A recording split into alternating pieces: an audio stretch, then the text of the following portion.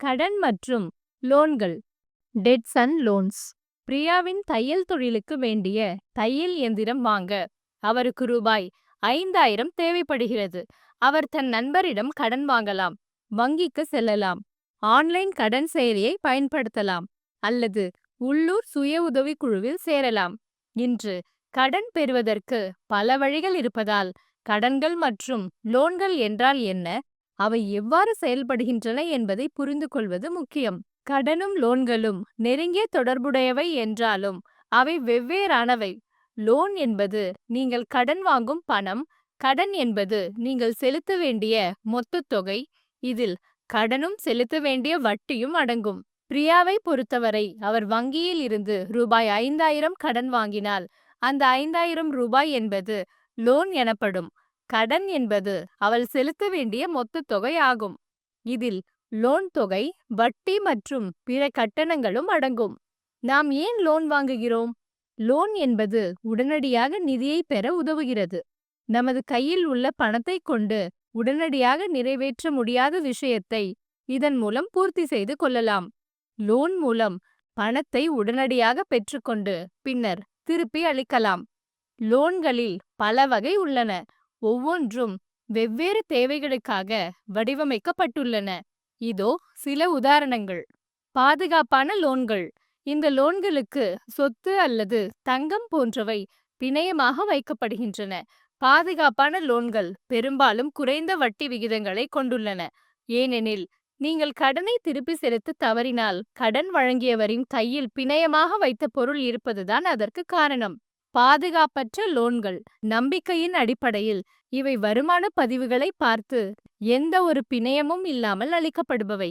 குறிப்பிட்ட நோக்கம் சார்ந்த லோன்கள்.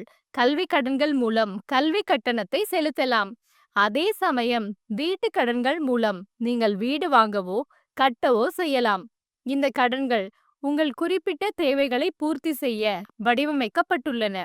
சில லோன்கள் நிலையான வட்டி விகிதங்களை கொண்டுள்ளன, சில மாறுபடும் விகிதங்களை கொண்டுள்ளன. எல்லா கடன்களும் ஒரே மாதிரியானவை அல்ல. நல்ல கடன் என்பது மதிப்பில் வளரும் விஷயங்களில் முதலீடு செய்ய உதவுவது. மோசமான கடன் என்பது மதிப்பில் வளராத விஷயங்களுக்கு கடன் வாங்குவது ஆகும். கிரெடிட் கார்டு கடன் என்பது நாம் பெறக்கூடிய தொகைக்கு அதிக வட்டி விகிதங்களை விதிக்கும் ஒன்று. மேலும் கட்ட வேண்டிய தொகையை சரியான நேரத்தில் செலுத்தாவிட்டால் மாபெரும் கடன் சுமை உருவாகும். இன்றைய காலகட்டத்தில் மக்கள் கடன்களை பெறுவதற்கான சில வழிகள் இதோ. வங்கிகள் பல்வேறு தேவைகளுக்கு ஏற்ப பல்வேறு வகையான லோன்களை வழங்குகின்றன. இதுவே பாதுகாப்பான மற்றும் மிகவும் நம்பகமான வழி. சுய உதவி குழுக்கள். SHGs சுய உதவி குழுக்கள் பெரும்பாலும் தங்கள் உறுப்பினர்களுக்கு ஏற்ற விதிமுறைகளுடன் கிராமப்புற அல்லது புறநகர் பகுதிகளில் சிறு கடன்களை வழங்குகின்றன. சிறு நிதி நிறுவனங்கள் தொழில் முனைவோருக்கு உதவ சிறு கடன்களை வழங்குகின்றன. அரசு திட்டங்கள். PMMY பிரதம மந்திரி முத்ரா யோஜனா, PMEGP பிரதம மந்திரி வேலைவாய்ப்பு உருவாக்க திட்டம் மற்றும் பெண் தொழில் முனைவோருக்கான ஸ்டாண்ட் அப் இந்தியா திட்டம் போன்ற அரசு திட்டங்கள் குறிப்பாக பெண்கள் மற்றும் SC/ST மக்களின் சிறு வணிகங்களை ஆதரிக்கின்றன. இப்போதே பெறுங்கள், பின்னர் பணம் செலுத்துங்கள். BNPL அண்ட் EMI விருப்பங்கள். ஆன்லைன் சில்லறை விற்பனையாளர்கள் மற்றும் தளங்கள் தங்கள் பொருட்களுக்கு EMI சமமான மாதாந்திர தவணை விருப்பங்களை வழங்குகின்றன. ஆன்லைன் கடன் வழங்கும் செயலிகள். பல கடன் வழங்குனர்கள் குறைந்தபட்ச ஆவணங்களை மட்டுமே பெற்று விரைவாக கடன்களை வழங்குகிறார்கள். இப்போதெல்லாம் லோன் பெறுவது எளிதாகிவிட்டது, ஆனால் அதை பொறுப்புடன் நிர்வகிப்பதும் முக்கியம்.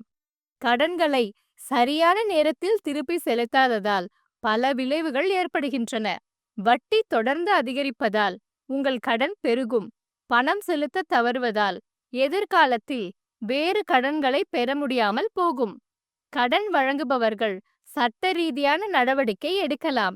கடனை திருப்பி செலுத்த தவறுவது நிதி சார்ந்த நிலைத்தன்மையை குலைத்து சொத்து இழப்புக்கு வழிவகுக்கும். விண்ணப்பிக்கும் முன் கடன் விதிமுறைகள், வட்டி விகிதங்கள் தகுதிநிலை ஆகியவற்றை சரிபார்க்கவும். நிதி நெருக்கடியை தவிர்க்க திருப்பி செலுத்தும் அட்டவணை, சொல்லப்படாத கட்டணங்கள், ஒட்டுமொத்த கடன் தொகை ஆகியவற்றை நன்றாக புரிந்து கொள்ளுங்கள். பிரியா தனது சுய உதவி குழுவிலிருந்து லோன் வாங்க முடிவு செய்துள்ளார். அதன் விதிமுறைகள் அவருக்கு திருப்தியாக உள்ளன. மேலும் தனது கடனை சரியான நேரத்தில் திருப்பி செலுத்த முடியும் என்று நம்பிக்கையுடன் இருக்கிறார். பிரியாவின் கடன் நல்ல கடனா அல்லது மோசமான கடனா?